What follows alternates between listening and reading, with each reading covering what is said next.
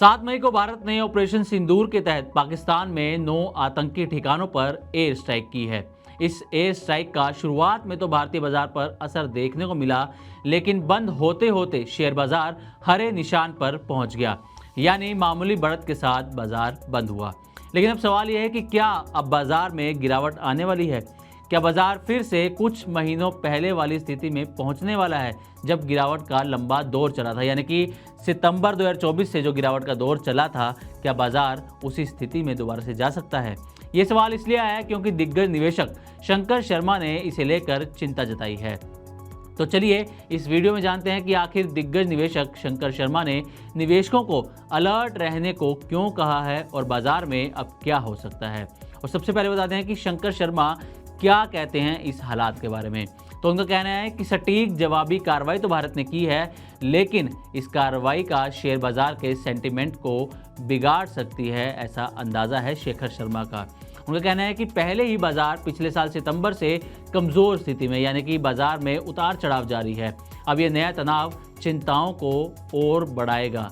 उनका कहना है कि बाजार डगमगा रहा है और तनाव बाजार के लिए अच्छा संकेत नहीं है। हालांकि कई मार्केट एक्सपर्ट्स का मानना है कि भारत पाकिस्तान के बीच पहले भी कई मौकों पर तनाव देखा जा चुका है और शेयर बाजार पर इसका असर लिमिटेड ही रहा है। लेकिन शंकर शर्मा की राय इन एक्सपर्ट्स से काफ़ी अलग है। शंकर शर्मा और क्या कहते हैं ये भी आपको बताते हैं। तो मनी कंट्रोल की रिपोर्ट के मुताबिक उनका कहना है कि लोग सोच रहे हैं कि जैसा पहले हुआ है वैसा ही अब भी होगा। शंकर शर्मा कहते हैं कि हर बार स्थितियां एक जैसी नहीं होती।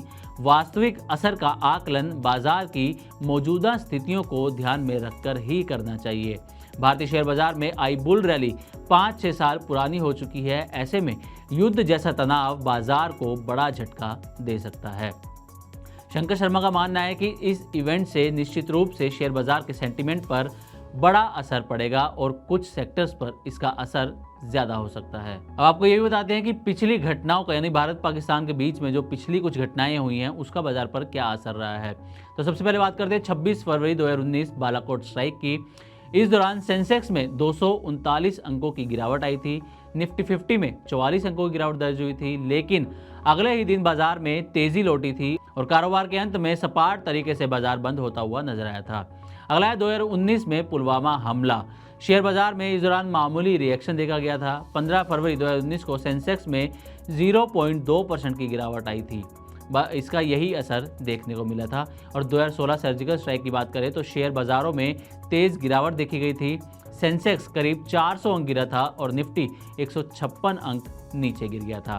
तो ये तो थी पीछे कई सालों में भारत पाकिस्तान के बीच हुई घटनाएं। अब इस बार यानी कि 7 मई को जो भारत ने पाकिस्तान के आतंकी ठिकानों पर जो एयर स्ट्राइक की, उसका बाजार पर क्या असर हुआ ये भी जान लेते हैं। दरअसल भारत ने बुधवार 7 मई को एयर स्ट्राइक की। इस दौरान सेंसेक्स उतार चढ़ाव भरे कारोबार के बाद 105 अंक ऊपर बंद हुआ, तो वहीं निफ्टी में 35 अंकों की तेजी दर्ज की गई।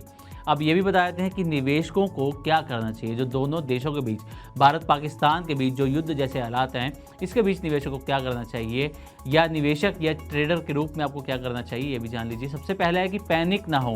बाजार ने फिलहाल इस घटना को ज़्यादा गंभीर नहीं लिया है और ना ही इंडेक्स में गिरावट आई है, इसलिए पैनिक ना हो और सेक्टर स्पेसिफिक पर नज़र रखें। डिफेंस, फार्मा जैसे सेक्टर्स को फ़ायदा हो सकता है, जबकि बैंकिंग मेटल्स पर दबाव रह सकता है, इसलिए इन पर नज़र बनाकर रखें। अगला है कि सावधानी से ट्रेड करना बेहद ज़रूरी है, क्योंकि अगला हफ्ता अहम हो सकता है। कोई भी बड़ी खबर बाजार में वॉलेटिलिटी ला सकती है। इसके बाद बात करते हैं लॉन्ग टर्म निवेशक जो हैं, उन्हें चिंता करने की ज़रूरत नहीं, क्योंकि ऐसे छोटे झटके लॉन्ग टर्म ग्रोथ को प्रभावित नहीं करते, इसलिए अपना SIP या निवेश प्लान जारी रखें। तो कुल मिलाकर ये दिखाता है कि शेयर बाजार इस घटना को फिलहाल ज़्यादा गंभीरता से नहीं ले रहा। जहां एक तरफ भारत ने ऑपरेशन सिंदूर के जरिए आतंकवाद को करारा जवाब दिया है, वहीं दूसरी ओर बाजार को लेकर दिग्गज निवेशक शंकर शर्मा अलर्ट रहने की सलाह दे रहे हैं। शेयर बाजार अभी स्थिर दिख रहा है, लेकिन इसका मतलब ये नहीं कि खतरा टल गया है। आने वाले दिनों में पॉलिटिकल और ग्लोबल फैक्टर्स दोनों पर नज़र रखना बेहद ज़रूरी है। तो उम्मीद करते हैं कि हमारी तरफ से दी गई ये जानकारी आपको अच्छी लगी होगी। इसी तरह की और भी वीडियोस के लिए देखते रहें मनी9 और सब्सक्राइब करें हमारा चैनल। साथ ही बिजनेस और पर्सनल फाइनेंस से जुड़ी तमाम खबरों को आप हमारी वेबसाइट money9live.com पर भी पढ़ सकते हैं। आज के लिए बस इतना ही। नमस्कार।